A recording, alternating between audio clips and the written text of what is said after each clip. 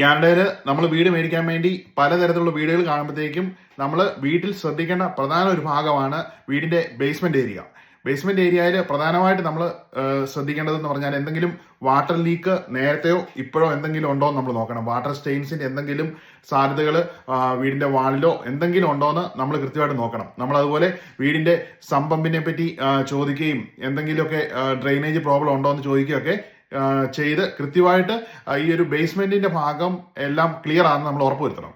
ചിലപ്പോഴൊക്കെ കാനഡയിലുള്ള വീടുകളുടെ ഈ സമ്പമ്പ് പ്രോപ്പറായിട്ട് വർക്ക് ചെയ്യാതെ അവിടെ ഈ ഫ്ലഡ് ഒക്കെ ഉണ്ടായിട്ട് വീട്ടിൽ ഡാമേജ് ഉണ്ടായിട്ടുണ്ടാവും. അപ്പൊ നമ്മൾ അങ്ങനെയുള്ള കാര്യങ്ങൾ ഈ ഒരു ബേസ്മെന്റ് ചെക്ക് ചെയ്യുമ്പോഴത്തേക്കും പ്രത്യേകം ശ്രദ്ധിച്ച് അവിടെ എല്ലാം സേഫ് ആണ്, ക്ലിയർ ആണെന്ന് ഉറപ്പുവരുത്തണം. പിന്നെ ഒരു കാര്യം എന്ന് പറഞ്ഞു കഴിഞ്ഞാൽ നമ്മൾ ബേസ്മെന്റ് പോയി ചെക്ക് ചെയ്യുമ്പോഴത്തേക്ക് അവിടുത്തെ ഫൗണ്ടേഷൻ വാളിൽ എന്തെങ്കിലും ക്രാക്സ് ഉണ്ടോ എന്നൊക്കെ നോക്കണം. അതുപോലെ ഫ്ലോർ ഒക്കെ അൺഈവനായിട്ട് കിടക്കുന്നുണ്ടോ, എന്തെങ്കിലുമൊക്കെ നമുക്ക് അതുമായിട്ട് ബന്ധപ്പെട്ട് എന്തെങ്കിലുമൊക്കെ സംശയം ഉണ്ടെങ്കിൽ നമ്മുടെ ഹോം ഇൻസ്പെക്ഷൻ സമയത്ത് നമുക്ക് ഹോം ഇൻസ്പെക്ടറോട് പറഞ്ഞിട്ട് നമുക്ക് എല്ലാ കാര്യങ്ങളും ക്ലിയർ ആയിട്ട് ചെക്ക് ചെയ്യാൻ പറ്റും. പിന്നെ നമ്മൾ മൂന്നാമതായിട്ട് നമ്മൾ ബേസ്മെന്റ് ചെക്ക് ചെയ്യുമ്പോഴത്തേക്കും ശ്രദ്ധിക്കേണ്ട ഒരു കാര്യം എന്ന് പറഞ്ഞു കഴിഞ്ഞാൽ നമ്മുടെ വിൻഡോസും അതുപോലെ നമ്മൾ സാധനങ്ങളൊക്കെ സ്റ്റോർ ചെയ്ത് വെച്ചേക്കുന്ന ഭാഗവും കോർണേഴ്സ് ഒക്കെ നോക്കണം. അവിടെ എന്തെങ്കിലും മോൾഡ് എന്തെങ്കിലും രൂപപ്പെട്ടിട്ടുണ്ടോ, ഈ ഒരു ബേസ്മെന്റിലുള്ള ഒരു വെന്റിലേഷൻ പ്രോബ്ലം ഉണ്ടോ എന്ന് നമ്മൾ ഉറപ്പുവരുത്തണം.